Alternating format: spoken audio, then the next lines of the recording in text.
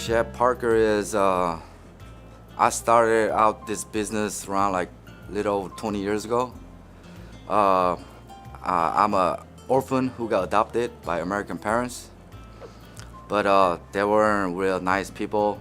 They just used me to get their way. And when I was 16, they kicked me out of their house, and they tried to put me into another foster home. I said it's okay, and I went and lived by myself with some friends and stuff like that.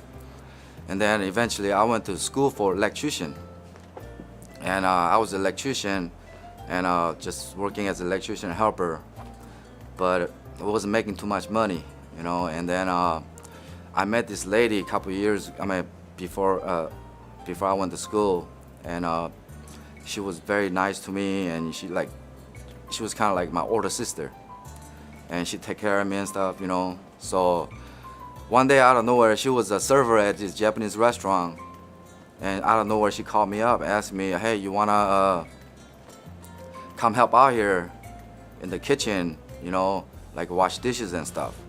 It's this Japanese restaurant called Sushi Hatsu. It was down in Washington Street. It was like in the early 90s. Okay, and then I like, yeah, sure, why not? So I went over there, and I was washing dishes and stuff, and they got so busy. The owner's wife was working in the kitchen, and she asked me, "Hey, can you help me do the tempura?" So she taught me how to do it, and I started doing it, and she's like, "Oh, you're doing pretty good." So, and she asked me, "How about you come over here on the weekends and help me out, work in the kitchen, like doing tempura and, you know, and like grill and stuff like that?" I was like, "Yeah, sure, why not?" So I was doing that for a couple of weeks, and then my master, which is the owner of the Sushi Hatsu, he got so busy one day that he just came into the kitchen and told me to just make some California rolls. So I tried to do the best I could, and I made it, and he started like, "Wow, you can make just as good as I can. You know, this is your first time." So ever since then, he just teach me how to do stuff and how to fillet fish, how to properly, you know, make sushis and stuff like that, and he taught me that's how I become a sushi chef. I don't really have favorite, but I like it when customer comes sit in front of me and they don't order from the menu. They just tell me they tell me what they like, and they just tell me make something for them, and I just use my imagination and I make it for them. That's my favorite type. That way I'm not like a robot just going by the menu. You know, I'm using my own brain to just create new stuff for the customers. That's my favorite thing to do. That's what I love about this business. Over this past 20 years, I worked at a lot of places. I worked out of the state, in Orlando, a lot of places. And you know, you pick up little things at a time and go, and it just sticks in your brain. So sometimes, like, I want to make something different. I just put one thing and another thing put together, like what nobody else has, you know. So that I just clicks like that for me. So I guess that's what my master saw in me for my, you know, because before that I never cooked before. I didn't know how to do anything, but for some reason he said I have this great knife skill. So I don't know. Ever since then I just got stuck. So it's just a lot of things just pops in there. And a lot of things I see in like books or, you know, stuff like that. I see in one thing, and then if I like that style, I try to make it that style, but with my own ideas, you know. So that's the way that's the way it comes out for me. Knife is you have to have a really for any kind of chef. It doesn't matter, you're a sushi chef or a kitchen chef. You have to have a good knife. You know, and you have to know how to take care of your knife. That's the most important thing. Okay, a lot of chefs that they don't care. They just use their knife, and then, you know, they don't know how to take care of it. You gotta know how to take care of your knife. It's gotta be like your second wife. You know, you just have to know how to take care of it real good. That way, you know, you can cut things right and you won't mess up things. You know, so that's the most important thing. For me, I've been doing it for a long time, and I can use just pretty much one knife for anything. I can cut vegetable, cut fish, I can use one knife. But like if you're a good chef, you're gonna have at least 4 to 5 knives. different kind set of knife. You know, you got like different kind of type knife for cutting vegetables, another knife for filleting fish. You know, so I got about like 5 knives, but mostly I use one for pretty much everything. You know, so whatever knife you're comfortable with, you use that for pretty much everything. First of all, people over here are friendly. Okay, the customers are very friendly. I work a lot of different places, and you know, everywhere is different.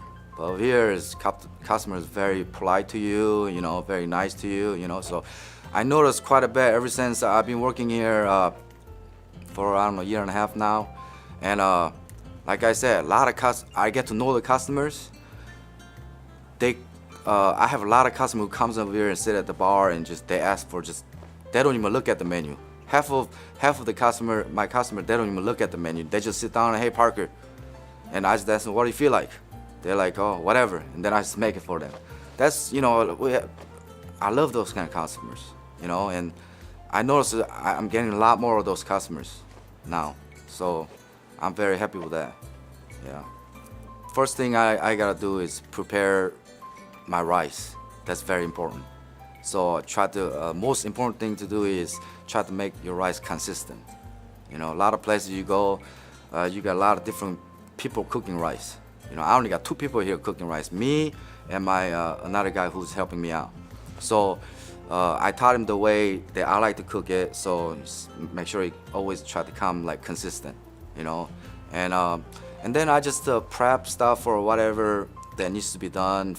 You know, break down my fish, and you know, prepare for it, because you know, longer you work, you know how much you're gonna use a day. So, you know, I prepare for that, and then just get ready. And then and the people ask for special stuff, I have everything set up already, so I can just get, you know, prepare for them.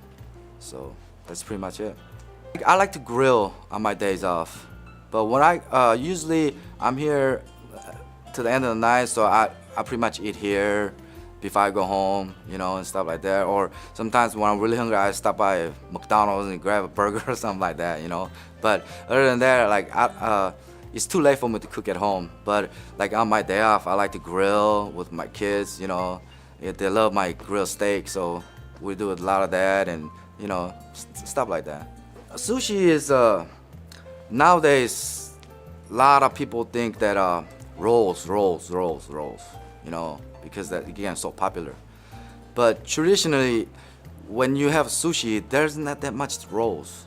Mostly nigiris and sashimis, you know. And the way I was taught. Honestly, I'm not trying to be considerate or anything, but out of whole Orlando, I work a lot of places. I think there's only maybe few really good traditional sushi chefs in Orlando, and I think I'm including one.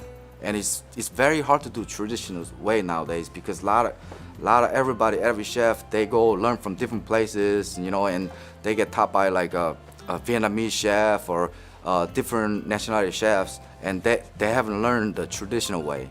So real traditional sushi is you gotta have a freshest fish possible, and you gotta know how to take care of your fish when you get your fish.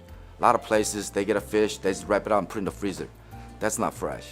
You know, you gotta know how to keep your fish really fresh, and that's the most important thing to do. And a lot of places, they don't know how to do that, you know, and that's kind of unfortunate, because there's some good sushi restaurants, you know, but a lot of chefs, like I said, a lot of chefs, they don't know how to do that.